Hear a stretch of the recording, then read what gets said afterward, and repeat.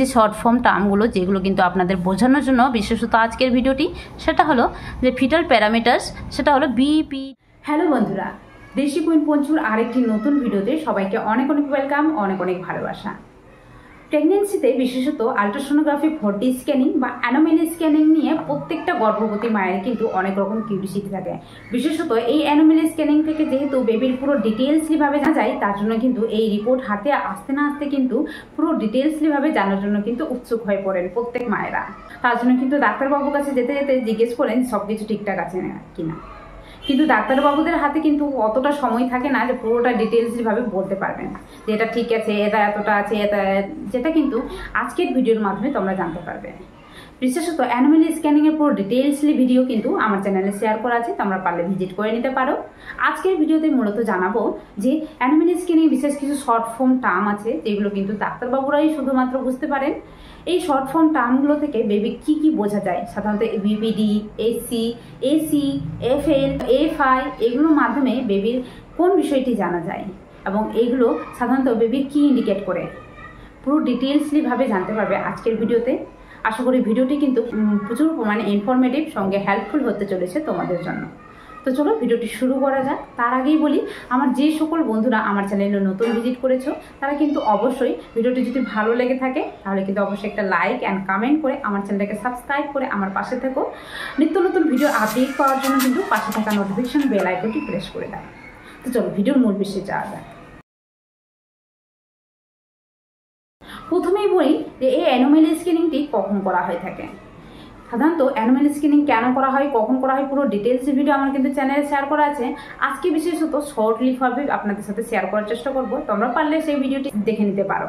আজকে বিশেষত শর্টলিভাবে তোমাদের বোঝানোর চেষ্টা করব।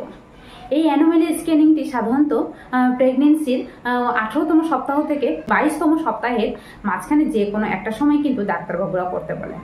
এবং এই অ্যানোমেলি স্ক্যানিংটি করার একটাই উদ্দেশ্য, সেটা হলো যে বেবির ইন্টারনাল অর্গান এবং বডি পার্টসগুলো যেগুলো আছে সেগুলো ঠিকঠাক আছে কিনা, বেবি ঠিকঠাকভাবে গ্রোথ হয়েছে কিনা এই 5 নম্বর মাসে, এবং কোনো রকম ডাউন সিনড্রোম বা আদার্স কোনো জন্মগত ত্রুটি রয়েছে কিনা সেগুলো কিন্তু জানা যায়। মোট কথা যে রকম অ্যাবনর্মালিটি রয়েছে কিনা পুরো ডিটেলসলিভাবে কিন্তু অ্যানোমেলি স্ক্যানিংয়ের মাধ্যমে জানা যায়।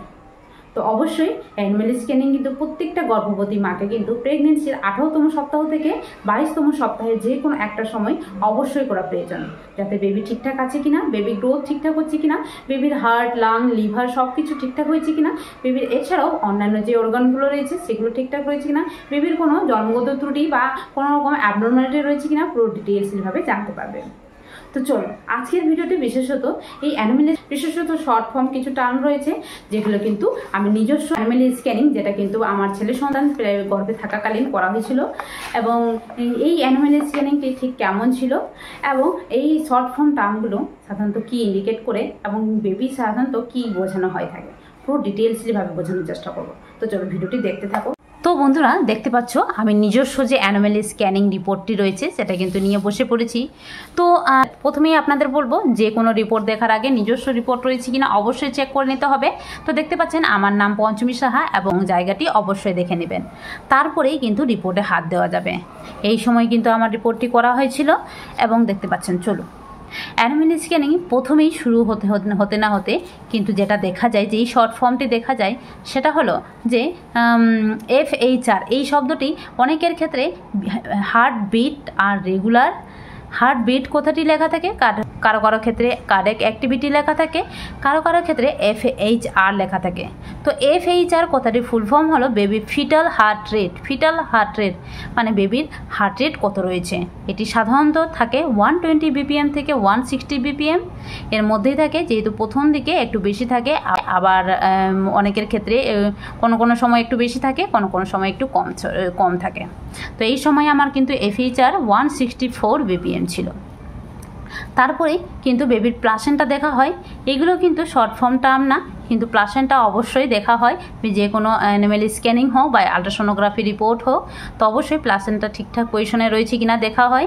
তারপরে অ্যামনিওটিক ফ্লুইড ঠিকঠাক রয়েছে কিনা, যদি যথেষ্ট পরিমাণে থাকে তাহলে কোনো বেবির সমস্যা নেই, কিন্তু যদি কম বা বেশি থাকে তাহলে কিন্তু বেবির সমস্যা হতে পারে। তো বিশেষত সার্ভিক্যাল লেন্থ যেটা কিন্তু ঠিক আছে, এটা সাধারণত 3 থেকে 5 সেন্টিমিটারের মধ্যে থাকে। তা দেখতে পাচ্ছেন। তারপরে মেন যে শর্ট ফর্ম টার্মগুলো যেগুলো কিন্তু আপনাদের বোঝানোর জন্য বিশেষত আজকের ভিডিওটি, সেটা হলো যে ফিটাল প্যারামিটার্স, সেটা হলো বিপিডি। বিপিডি কথাটির ফুল ফর্ম কি? বিপিডি কথাটির ফুল ফর্ম হলো বাইপ্যারাইটাল ডায়ামিটার। বাইপ্যারাইটাল ডায়ামিটার মানে এই বিপিডি মানে যে মাথা, সাধারণত বেবির যে মাথাটি রয়েছে, মাথার উপরের অংশ, মানে বলতে পারো যে প্যারাইটাল বোনটি রয়েছে, সে তার কিন্তু প্যারামিটার নেওয়া হয়ে থাকে। এটি কিন্তু বিভিন্ন উইক্সে বিভিন্ন রকম হয়ে থাকে। এটি কিন্তু সাধারণত বেবির প্রথমের দিকে একটু কম থাকে এবং বেবি যতটা গ্রোথ হতে থাকে তার সেই হিসাবে কিন্তু বাড়তে থাকে। তো তারপরে এই যে টার্মটি রয়েছে সেটা হলো এফএল। এফএল এর ফুল ফর্ম হলো ফিমার লেন্থ। ফিমার লেন্থ মানে বেবির যে থাইটি রয়েছে, মানে পায়ের যে উপরের বোনটি রয়েছে, সেটা ঠিক লেন্থ হয়েছে কিনা সেটা কিন্তু জানা যায় এবং নির্দিষ্ট উইকে কিন্তু সেটা কিন্তু পুরো পা কিন্তু সোজা রাখতে সাহায্য করে। এবং এই লেন্থটা যদি ঠিক হয় তাহলে কিন্তু বেবির পা ঠিক হবে। তার জন্য কিন্তু ফিমার লেন্থটি অবশ্যই দেখা হয়ে থাকে পঞ্চম মাসে। তো অবশ্যই এই এতটা থাকবে 20 উইক্সে, এবং এর চেয়ে একটু বেশিও থাকতে পারে। কিন্তু সবচেয়ে আগে বলে দিই যে এই ফিমার লেন্থটা কিন্তু আস্তে আস্তে উইক বাই উইক কিন্তু আস্তে আস্তে করে এগুলো কিন্তু বাড়বে, যেহেতু বেবি গ্রোথ হবে এই হিসাবে কিন্তু বাড়বে। তারপরে যে টার্মটি রয়েছে সেটি হলো এসি। এসি কথাটির ফুল ফর্ম হলো, সেটা হলো অ্যাবডোমিনাল সার্কামফেয়ারেন্স। অ্যাবডোমিনাল সার্কামফেয়ারেন্স। অ্যাবডোমিনাল সার্কামফেয়ারেন্সের কথাটির মানে হলো যে বেবির যে পেট রয়েছে, মানে সাধারণত পেটটি রয়েছে তার পেটের চারপাশে, একটা বেবির চারপাশে পেটের কিন্তু পরিধি নেওয়া হয়ে থাকে। এই ঠিকঠাকভাবে বেবি কিন্তু হয়েছে কিনা সেটা কিন্তু দেখা হয়ে থাকে। তো এটা কিন্তু দেখা হয় এবং এটির কিন্তু একটি নির্দিষ্ট মিলিমিটার হয়ে থাকে, যেটা কিন্তু দেখা হয়। এবং এটিও কিন্তু নির্দিষ্ট উইকে কিন্তু নির্দিষ্ট পরিমাণে হয়ে থাকে এবং উইক বাই উইক কিন্তু আস্তে আস্তে করে বৃদ্ধি পায় থাকে, যেহেতু বেবি গ্রোথ হয়ে থাকে আপনাদের বললাম। তারপরে এসি কথাটির ফুল ফর্ম হলো হেড সার্কামফেয়ারেন্স। হেড সার্কামফেয়ারেন্স মানে মাথার পরিধি। আমাদের যে মাথার ফেসটি রয়েছে, মানে ফোরহেড থেকে পুরো মাথার রাউন্ডলি যে একটা পরিধি বের হয়, সেটা কিন্তু পুরোটাই মাপা হয়। বলতে পারো একটা ফিতা দিয়ে যদি মাথার চারপাশে মাপা হয় তাহলে কিন্তু যেই আসে সেটাই কিন্তু দেওয়া হয়ে থাকে। এবং এটাও কিন্তু একটা নির্দিষ্ট উইকে নির্দিষ্ট পরিমাণ হয়ে থাকে এবং উইক বাই উইক কিন্তু বৃদ্ধি পেতে থাকে, যেহেতু বেবি গ্রোথ হয়। হিউমেরাস কথাটি হলো যে হাতের যে বোনসটি রয়েছে, মানে হাতের প্রথমে যে বোনসটি রয়েছে, মানে আমাদের কাঁধ থেকে পরে যে হাতটি শুরু হচ্ছে, সেখানে এই হিউমেরাস বোনটি সাধারণত কতটা হয়েছে এবং এটির কিন্তু লেন্থ নেওয়া হয়ে থাকে। পুরো লেন্থ কিন্তু পুরোটাই আস্তে আস্তে করে নেওয়া হয়ে থাকে এবং এগুলো হিসাব করে কিন্তু বেবির আসল যে ফিটাল ওয়েটটা রয়েছে, এস্টিমেটেড ফিটাল ওয়েট, সেটা কিন্তু বের করা হয়ে থাকে। তো এগুলো কিন্তু উইক বাই উইক চেঞ্জ হয়ে থাকে, কারণ বেবি আস্তে আস্তে করে যেহেতু গ্রোথ হয় তার আস্তে আস্তে করে কিন্তু লেন্থগুলোও কিন্তু বৃদ্ধি পেয়ে থাকে। তো উইক বাই উইক কিন্তু এগুলো কিন্তু বিভিন্ন রকম দেখা যায়। তারপরে এস্টিমেটেড ওয়েট যেটা রয়েছে বা ফিটাল ওয়েট, এটিও কিন্তু সাধারণত বেবির প্রথম দিকে কিন্তু একটি পোস্তদানার মতো থাকে, তারপরে পঞ্চম মাসে একটি আপেলের মতো সাইজের হয়ে যায়, তারপরেই কিন্তু আস্তে আস্তে করে বৃদ্ধি পায়। তো এভাবে করে করে কিন্তু বেবির কিন্তু ওয়েটটি বৃদ্ধি পায়। সাধারণত আপনাদের সাথে শেয়ার করব অন্য ভিডিওতে বেবির সাধারণত কোন উইকে কত গ্রাম ওয়েট থাকা প্রয়োজন। সাধারণত আমার পঞ্চম উইকে দেখতে পাচ্ছেন আপনারা বেবির ওয়েট রয়েছে 333 গ্রাম। 333 গ্রাম এত কিন্তু ±10%, এটা কিন্তু ইউএসজির মাধ্যমে দেখা গিয়েছে। তারপরে এই পোর্শনটা যেটা কিন্তু আপনাদের অন্য ভিডিওতে শেয়ার করেছি, যেটা খুবই ইম্পর্টেন্ট এবং এই পোর্শনটা খুবই ডিটেলসলিভাবে শেয়ার করেছি, যেটা কিন্তু আপনারা দেখে নিতে পারেন অ্যানোমালি স্ক্যানিং ডিটেলস ভিডিওতে। তারপরে যে শর্ট ফর্ম টার্মগুলো রয়েছে সেটা হলো যে ফিটাল আম্বিলিকাল আর্টারি সোল, যেটা কিন্তু অনেকেই বোঝার চেষ্টা করে যে এটা আসলে কি। এটা হলো পালসেটাইল ইন্ডেক্স। সেটা হলো যে বেবির পালসগুলো সেগুলো কতটা ইন্ডেক্স হচ্ছে সেগুলো কিন্তু একটা ইউএসজি প্যারামিটার হিসাবে নেওয়া হয়ে থাকে। তারপরে রেজিস্ট্যান্স ইন্ডেক্স এগুলো কিন্তু দেওয়া রয়েছে এবং এটি কথাটির ফুল ফর্ম হলো সিস্টোলিক টু ডায়াস্টোলিক যে রেশিওটি রয়েছে, মানে হার্ট যে পাম্প করছে এবং পাম্প করে সিস্টোলিক যে ডায়াস্টোলিক যে রেশিওটি বের করছে সেটা কিন্তু এতটা থাকে এবং এটি কিন্তু বেবি বৃদ্ধির সঙ্গে সঙ্গে বৃদ্ধি পায়। তারপরে যে টার্মটি রয়েছে সেটি হলো পিএসভি কথাটির ফুল ফর্ম হলো peak systolic velocity. Peak systolic velocity, এটি হলো এর ফুল ফর্ম। আর এটি মানে হলো যে হার্টটি যে পাম্প করছে এবং সর্বোচ্চ কতটা পরিমাণে পাম্প করছে সেটা কিন্তু কত পরিমাণে সিস্টোলিক হচ্ছে সেটা কিন্তু দেওয়া রয়েছে, এত সেন্টিমিটার পার সেকেন্ডে এত কিন্তু হচ্ছে। এবং এটা হলো ইডিভি, কথাটির ফুল ফর্ম হলো in diastolic velocity. In diastolic velocity মানে সর্বোচ্চ 1 সেকেন্ডে সর্বোচ্চ কত পরিমাণ কিন্তু ছাড়ছে এটা কিন্তু দেওয়া রয়েছে। তো অবশ্যই আশা করি তোমরা বুঝতে পেরেছো।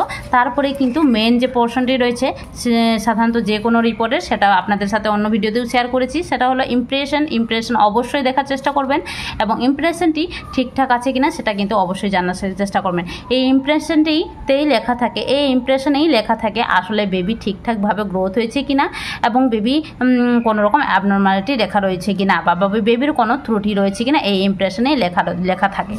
তো বা রিপোর্টটি ঠিকঠাক এসেছে কিনা সেটা কিন্তু এই ইমপ্রেশনের মাধ্যমেই কিন্তু জানা যায়। তারপরে আপনাদের এই যে দেখতে পাচ্ছেন সিঙ্গেল রয়েছে এবং 20 to 20 উইকস রয়েছে, এ কারেসপন্ডিং টু এত উইকস হয়েছে। কিন্তু এবার এই যে টার্মটি রয়ে থাকে এটি কিন্তু অনেকেই বুঝতে পারে না, এটা হলো এলএমপি কথাটির ফুল ফর্ম হলো লাস্ট মেনস্ট্রুয়াল পিরিয়ড।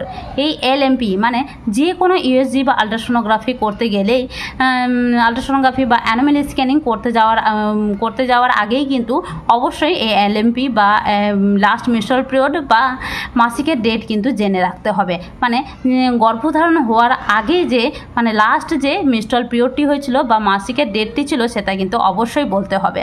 তো এই আমার ছিল 28/9/2022। এটা কিন্তু বুঝতে পারছেন গেস্টেশন অ্যাকর্ডিং টু এলএমপি মানে এলএমপি অনুযায়ী হয়েছে এবং এলএমপি মানে বুঝতে পারলেন আপনারা লাস্ট মেনস্ট্রুয়াল পিরিয়ড। তা এই অনুযায়ী কিন্তু আমার বেবি গ্রোথ হয়েছে 21 উইক 3 ডেজ। এলএমপি ডেট অনুযায়ী আমার বেবি কিন্তু 21 উইক হয়ে গেছে। আসলে কিন্তু বেবির এতটা উইক হয় না, বলতে পারো 1-2 উইক কিন্তু একটু কমই থাকে, কিন্তু যেহেতু সায়েন্টিফিক্যালি এলএমপি ডেট অনুযায়ী ধরা হয়ে থাকে তার জন্য কিন্তু এই হিসাবে বেবি কিন্তু এতটা উইকের হয়ে গেছে। তারপরে ইডিডি যেটা কিন্তু অনেকেই বুঝতে পারে না এবং এর মাধ্যমে কিন্তু অনেকে ডেলিভারি কিন্তু ডেটটাও কিন্তু মনে রাখতে পারে না। তো ইডিডি কথাটি হলো এস্টিমেটেড ডিউ ডেটটি সাধারণত বাই এলএমপি মানে লাস্ট মেনস্ট্রুয়াল পিরিয়ড। সাধারণত এই এস্টিমেটেড ডিউ ডেটটি সাধারণত ধরা হয়ে থাকে যে লাস্ট যে মেনস্ট্রুয়াল পিরিয়ডটি ছিল বা যে মাসিকের ডেটটি ছিল সেই অনুযায়ী এস্টিমেটেড ডিউ ডেট বা ডেলিভারি ডেটটি ধরা হয়ে থাকে।